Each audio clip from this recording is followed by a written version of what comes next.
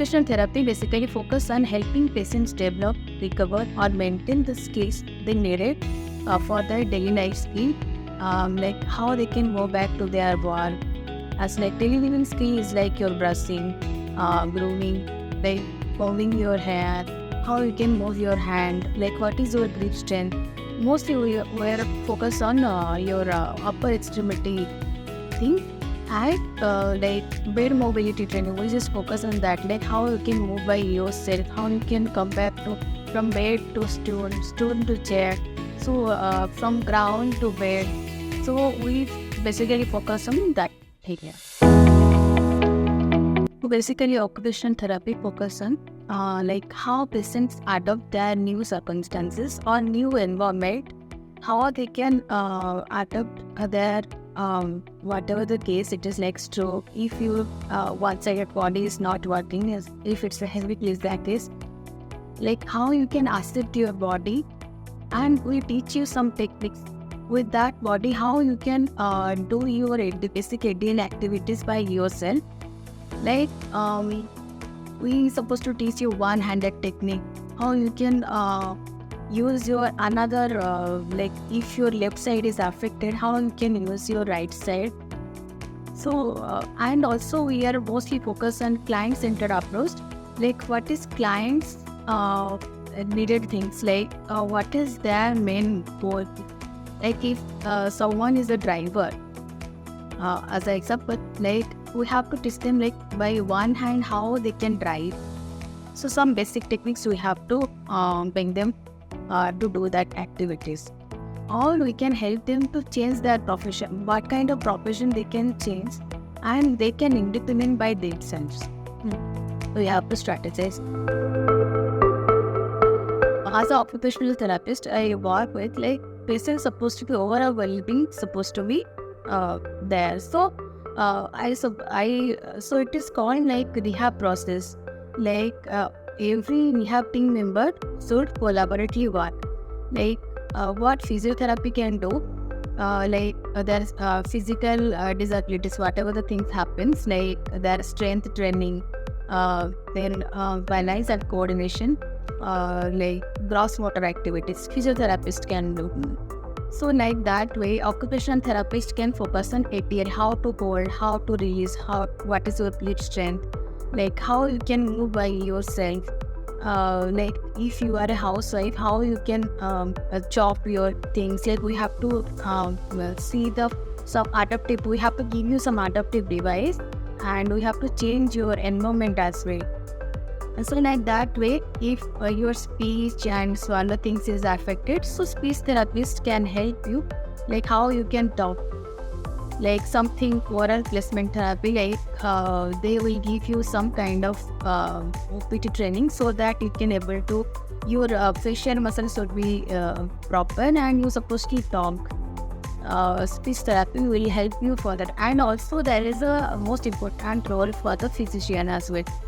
So we have to collaborate with them, like what medicine he is taking, and what is the exact condition, what is their vital signs, is everything fine or not. And according to that, we have to collaboratively work. And also vocational training, we have to, like he have to go back to his work as well.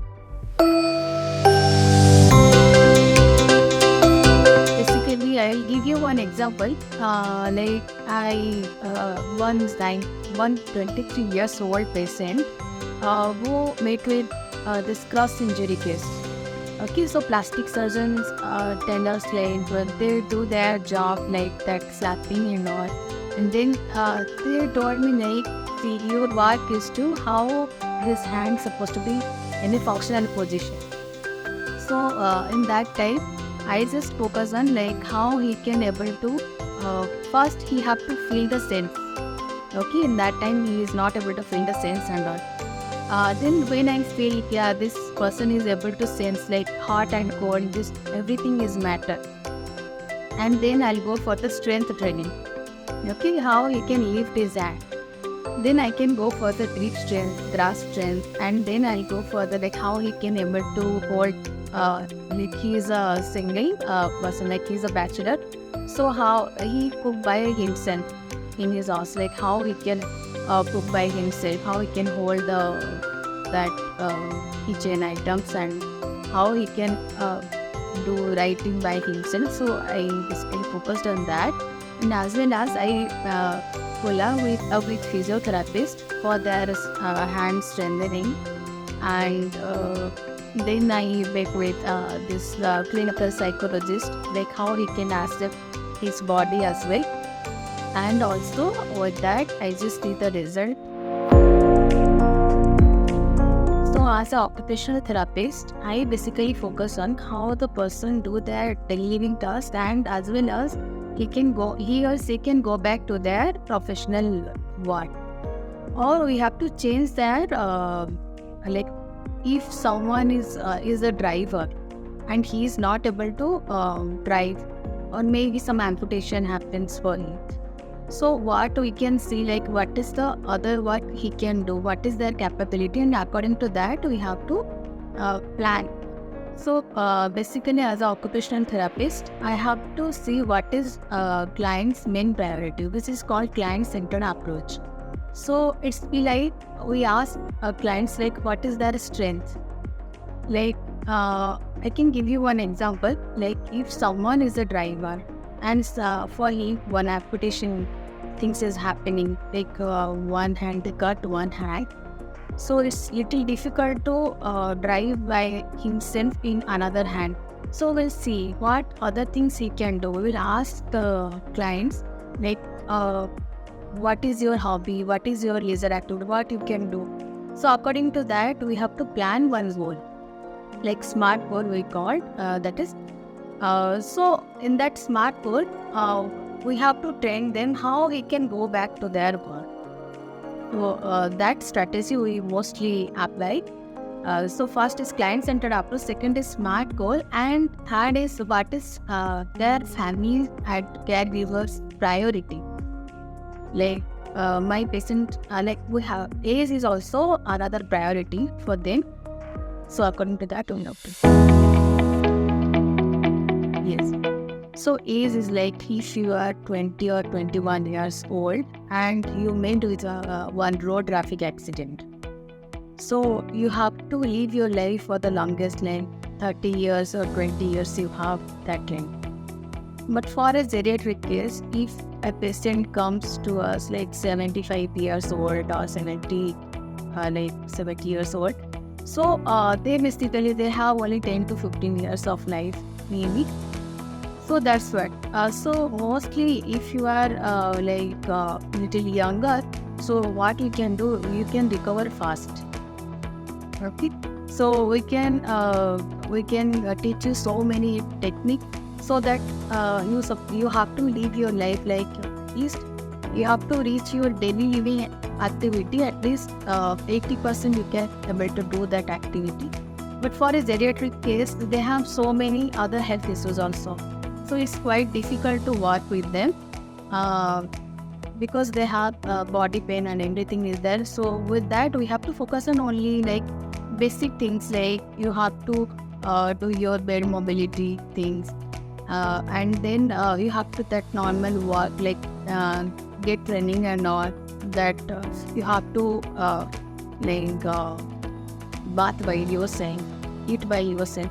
We only focus on your self-grooming things, self-idea. But for a younger client, we have to focus on everything, like how socially, emotionally, how community is supposed to accept him, and how he accepts the community, like that. Okay, so basically, patient education is really needed. It's like we have to actively participate patients or clients. Like you have to set your goal. You have to tell me what kind of goal I have to set for you. So it should be like very natural, very realistic, and we have to encourage the patient and we have to teach the patient for the self-awareness, self-participation for the particular task. And at the same point, we have to teach them for their emotional well-being and their cognitive things. We have to teach them. See, if this is your condition, how you accept that condition, how we have to involve in various tasks. And at the same time we have to encourage them, yeah, you can able to do this within this much period, then within this much period you can able to do this and that task with like if I am giving you one task, like today you are able to do this for the 10%, so we can just see you are able to do at least this much. So we have to tell them, so after a month you can able to achieve this task up to 50%. Like that way we have to make them to do these things. And other than that, you have to teach the client's family members, because sometimes they interfere more than client. They just interfere in our treatment file. They feel like why this improvement is not so fast. We have to understand, like if a baby, like they also take time, like for the hand function things, eye opening and moving. It will take for a year. So like that way, if due to some injury or some illness, something is happening to you and your hand is not working, we have to wait at least for a year or for a 6 months. So that's